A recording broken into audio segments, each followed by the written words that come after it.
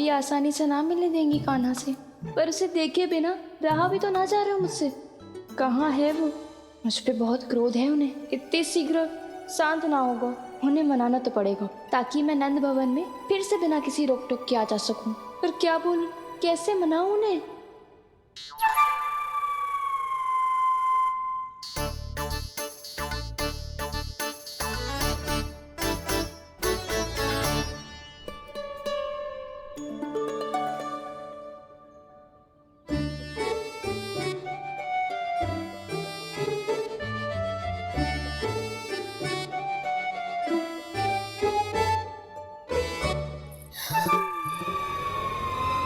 वाह, जिसने मेरे लल्ला पर चोरी का आरोप लगायो, वो ही आज मेरे घर में चोरी चोरी प्रवेश कर रही है। नाना भाभी, ऐसी कोई बात ना है, मैं तो बस ये देखने आई थी कि जसोदा भाभी का क्रोध शांत हुआ कि ना?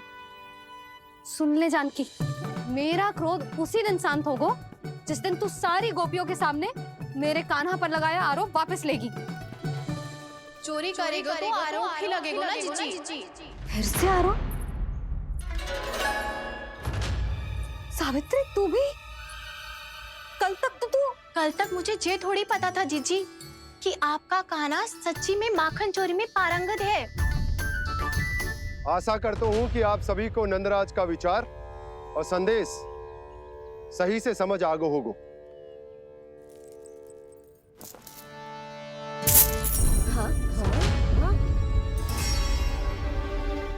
सिक्कों की खनक बता रही है कि पोटली कितनी भारी है।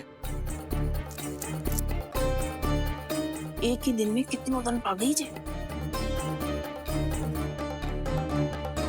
हमें भी इससे अधिक धन अर्जित करना होगा, तभी तो हम अपने उज्जवल का भविष्य उज्जवल कर पाएंगे। पहली बार कछु बुद्धि की बात की है तूने। नंदराज, हमारे मन में आपका बहुत सम्मान है, पर हम जो करना चाह रहे हैं वो लोभ ना है, वो तो विकास है। हाँ नंदराज, हम अपना और अपने संतानों का भला बुरा सोचे बिना कब तक अपना जीवन इस प्रकार जीते रहेंगे? फिर पिछले 4 वर्षों से हमने आपको कर भी तो ना दियो है। मुझे तो लगता है कि नंदराज की बातों पर शांति से सोच विचार के बाद ही कुछ निर्णय लेना चाहिए। ऐसा मौका बार बार ना तो। नहीं, हमें सोच विचार कर निर्णय लेना है सबने।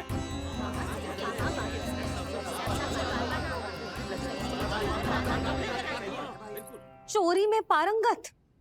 हाँ जीजी, उसने टोली बनाई है और उसका नाम भी रखा है चौर्य विद्या प्रसारण टोली, और आपका कान्हा उसका अध्यक्ष है। अच्छा, तो कान्हा पूरी टोली लेकर आया था चोरी करने तेरे घर? और नहीं तो क्या।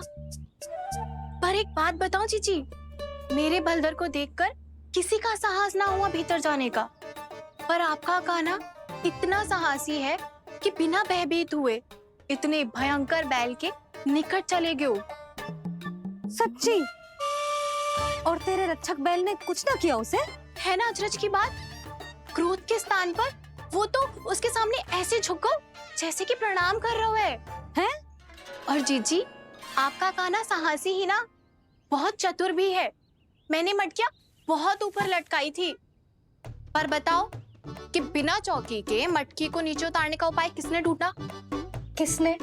आपके चतुर कान्हा ने। उसने अपने सखाओं को पर्वत बनायो और एक पक्के सेनापति की तरह बिना भयभीत हुए उनके ऊपर चढ़ गयो और मटकियां उतारने लगो। और एक ही ना, तीनों की तीनों मटकियां उतार ली। तीनों? हाँ जीजी, और वो इतना दयालु है कि पहले एक मटकी का माखन सब में बांट दियो और फिर बची हुई 2 मटकियों में से एक मटकी अपने सखाओं को दे दी और फिर दूसरी मटकी एक भूखे वानर को दे दी। और फिर जब मैं उसके सामने जाके प्रश्न करने लगी तो उसने मुझे अपने तर्कों के जाल में उलझाया और बड़ी आसानी से सिद्ध कर दिया कि वो तो परोपकार कर रहा था। मैं तो देखती ही रह गई और शब्द तो ऐसे झड़ते हैं मुंह से जैसे कि फूल। रुक जा सावित्री, पहले तू ये निर्णय ले ले कि तू मेरे लल्ला का गुणगान करने आई है कि उसकी निंदा करने? निंदा करने ही आई हूँ जीजी। जानकी सत्य कह रही थी। आपका कान्हा माखन चोर ही है और बलराम के साथ भागा था। अब बलराम क्यों? वो तो साक्षात गरुड़ देव की पीठ पे बैठ के उड़ के आयो है, तभी तो तुझसे बहुत पहले आके यहाँ बैठ गओ ना। आ देख ले, आ जा। देखो कैसे बैठ के सब पहरा दे रहे हैं कि कोई पंछी अनाज ना चुगले, और तुम दोनों व्यर्थ में इन सब पर दोष लगा रही हो। कान्हा के निकट जाने का प्रयास भी मत ही करना। पहले मेरे लल्ला पर आरोप लगाती हो, फिर उससे मिलना भी चाहती हो।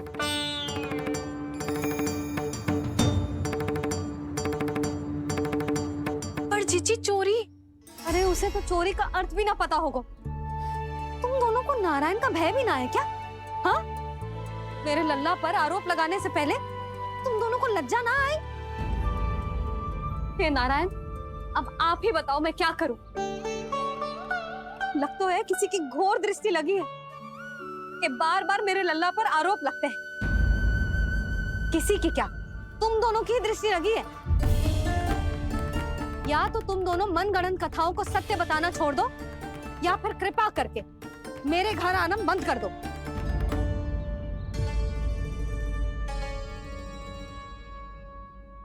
अब दोनों मुंह क्या ताक रही हो? हाँ, जाओ यहां से। और तुम दोनों नंद जी की सभा में क्यों ना गई? हाँ,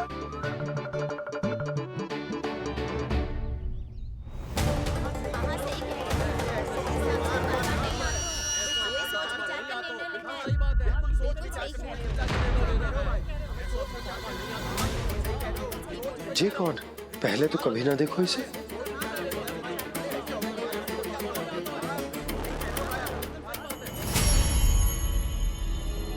कहाँ को? बस करो।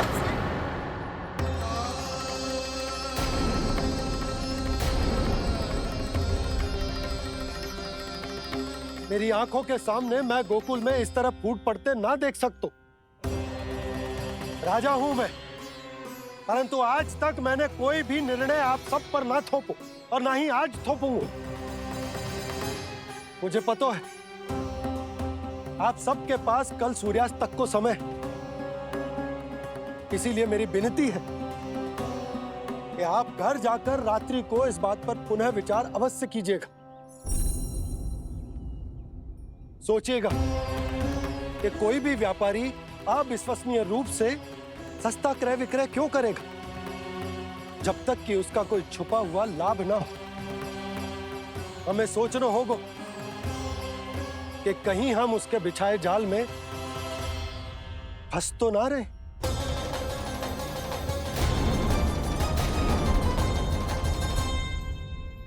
बच गए भैया, जैसे तैसे ही सही, पर समय से पहले पहुंच ही गए हो। सावित्री मौसी कनेक सी बात को इतना बड़ा चढ़ा के बोल रही थी जितना उज्जवल भी ना बोलतो।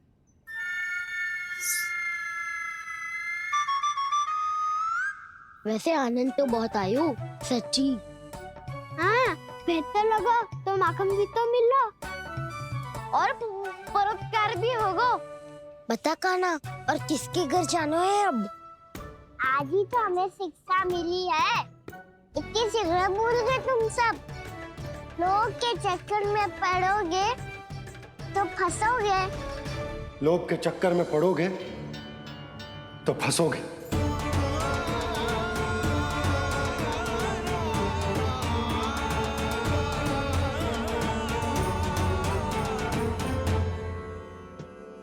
चोर चोर कह रही है मेरे निर्दोष से बालक को।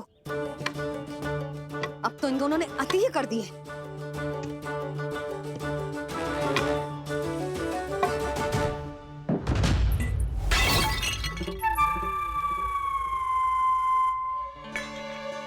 से भी अभी फूटना था। वैसे ही मैं इतनी चिंतित हूं। कैसे समझाऊं इन गांव वालों को?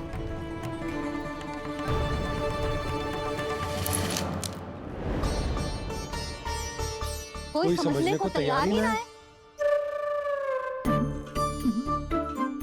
लगता है सबकी बुद्धि भ्रष्ट हो गई है। सही कह रही हो यशोदा तुम। मुझे तो लगता है कि सोचना समझना ही छोड़ दिया सबने। अनेकों तर्क दे के समझा दियो, सिद्ध कर दियो, पर इनकी मोटी बुद्धि में कछु आतो ही ना है। यशोदा, तुम तो तर्क की कह रही हो, मैंने तो उदाहरण देकर समझाने को प्रयास किया, पर अपनी बुद्धि के आगे कछु ना समझ में आ रहा इन गांव वालों को। क्या सारे के सारे गांव वाले मेरे लल्ला पर आरोप लगा रहे हैं? ये क्या कह रही हो तुम? मैं तो गांव वालों की बात कर रहा हूँ जो नारायण के नाम पर वचन देकर उस अपरिचित व्यापारी को अपने दूध, दही, घी, माखन सब देने को तैयार है। लो कर लो बात। मैं गोपियों की बात कर रही हूँ जो लल्ला पर माखन चोरी का आरोप लगा रही हैं। और आज तो सावित्री ने भी लल्ला को माखन चोर कह के पुकारो है।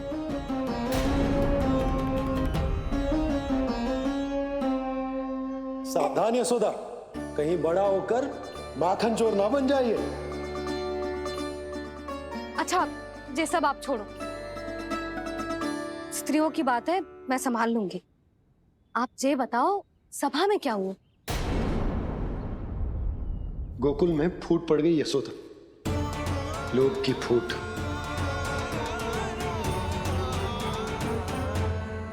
अरे रुको रुको रुको, व्यापारी जी रुकिए रुकिए। नंदराज ने प्रयास तो बहुत किया था व्यापारी जी, पर कुछ व्यक्तियों को छोड़ करके किसी के कान पे जूं तक नहीं रेंगी। इसका अर्थ फूट पड़ चुकी है लोभ की वजह से।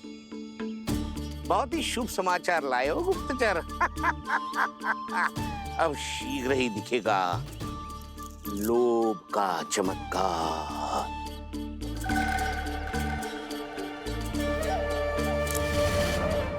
लोभ से बचने को जो पाठ हम कान्हा को पढ़ा रहे थे ना, आज वही पाठ मैं इन गांव वालों को समझाने में असमर्थ रहा। आप चिंता मत ही करो जी, धीरे धीरे सब ठीक हो जाएगा। तब तक बहुत देर हो जाएगी यशोदा। ये गोकुलवासी मेरे अपने, उन्हें अपनी आंखों के सामने मैं भूल करते ना देख सकता। वो सुलक्षणा, वो उस व्यापारी के प्रभाव में आ गए, और शंकरी मौसी और सुमति भी सुलक्षणा के मार्ग पर ही चल रही। कान खोल के सुन ले बहू, आज से घर में दूध पीनो बंद, दही खानो बंद, और माखन तो बिल्कुल न खानो। पर मैया, पर किंतु परंतु कुछ ना सुननो मुझे। सुलक्षणा की जैसे धनवान बननो है कि ना?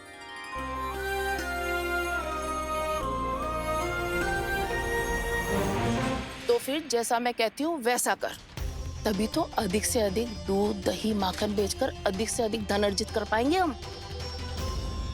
सुलक्षणा को उस व्यापारी की तरह धनवान बनना है और शंकरी मौसी को सुलक्षणा की तरह। ऐसे तो पूरा गांव ही लोभ में पड़कर कल उस व्यापारी के पास पहुंच जाएगा। अब तो फिर स्त्रियों को मुझे अपने ढंग से समझाना पड़ेगा। अब गोकुल वासियों को चाहे कोई भी कितना भी समझा ले, बुझा ले, ज्ञान बांटे, उन्हें केवल एक ही भाषा समझ में आएगी, लोभ की भाषा। लगता है आपके पास बहुत उत्तम योजना है व्यापारी जी। सब झटक लूंगा।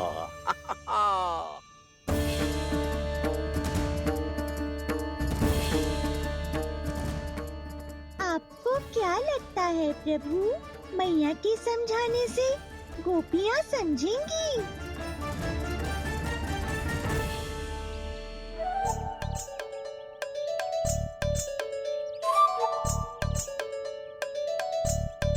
कान्हा, और कितनी प्रतीक्षा करवाएगो?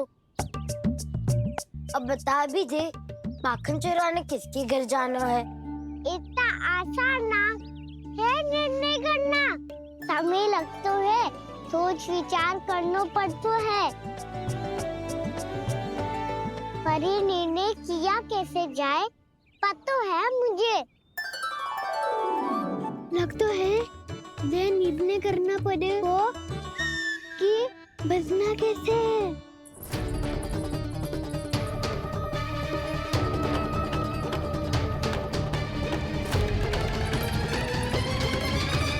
सावित्री मौसी ने हमारे 14 विद्या प्रसारण के बारे में सबको बता दियो क्या?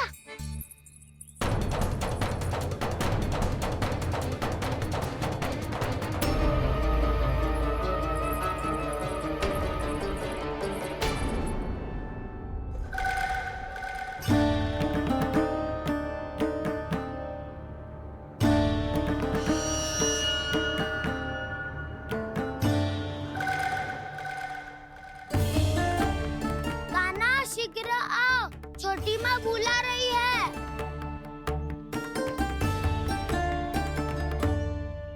अब डांट भी पड़ेगी और कुटाई भी होगी। चौरी विद्या प्रसारण कल ही आरंभ हुआ था और आज ही समाप्त हो जाएगा। सब इतने गंभीर क्यों है आज? गंभीर तो होंगे ही ना दाऊ, क्योंकि मैया आज अच्छा वाला पाठ पढ़ाने वाली है।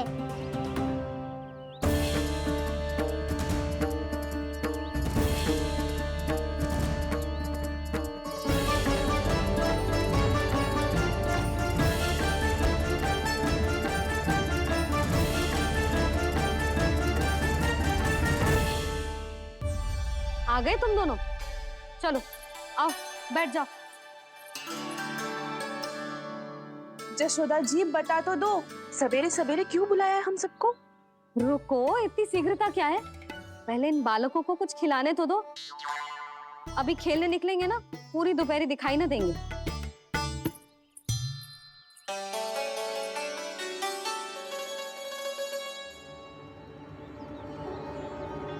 मैया देखो ना, कैसे अपने आभूषणों का दिखावा कर रही है जी सुलोचना।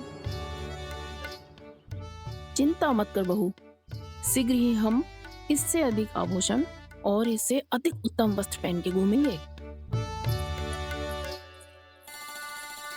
ये देखो तुम दोनों के लिए क्या बनाओ है मैंने। पूरे गोकुल में प्रसिद्ध मेरे पेड़े। चलो लो। यशोदा, ये तो बहुत सारे हैं। हाँ जशोदा जी, इतने सारे तो मैं भी ना खा पाऊं। क्यों दृष्टि लगा रही हो सुलक्षणा? बढ़ती आयु के बालक हैं, खाने दो इन्हें। तुम सब कछु मत सुनना, जी भर के खाओ। देखा ना?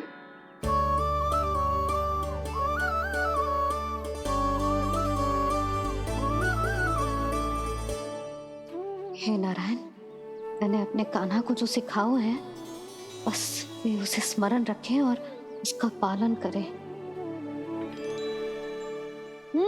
ले और ले ले ले।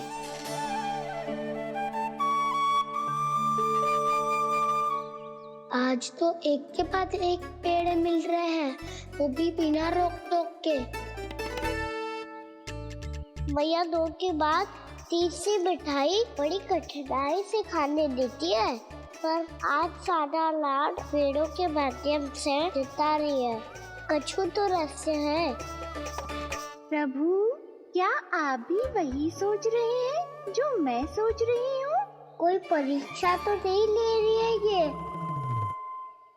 किस सोच में पड़ गए तुम दोनों?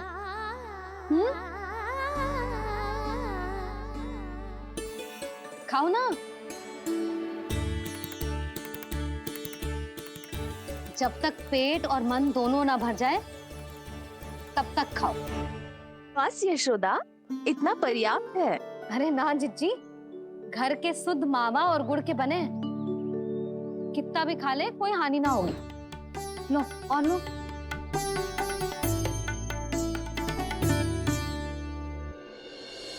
प्रभु, परीक्षा ही है ये तो खाए जा रहा है। कहीं मेरी दी हुई सीख भूल तो ना खाओ, सारा खेल बिगड़ जाएगा। सदैव स्मरण रखियो लल्ला, लोग बहुत भयानक होते हैं, बहुत भयंकर। जो एक बार हमारे मन में प्रवेश करके हमें भीतर से ही जकड़ लेते हैं, इसके कारण हम अधिक से अधिक और अधिक से अधिक पाने की इच्छा करने लगते हैं। क्या हुआ कान्हा, रुक क्यों गो?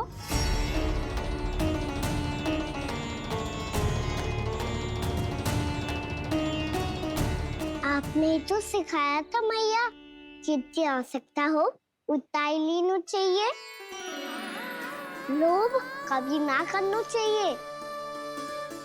बहुत बुरा राक्षस है लोभ।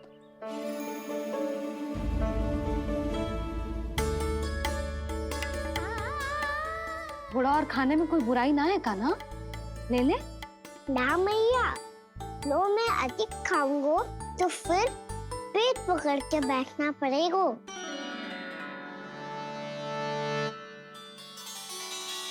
हाँ, मेरा भी पेट भर गया।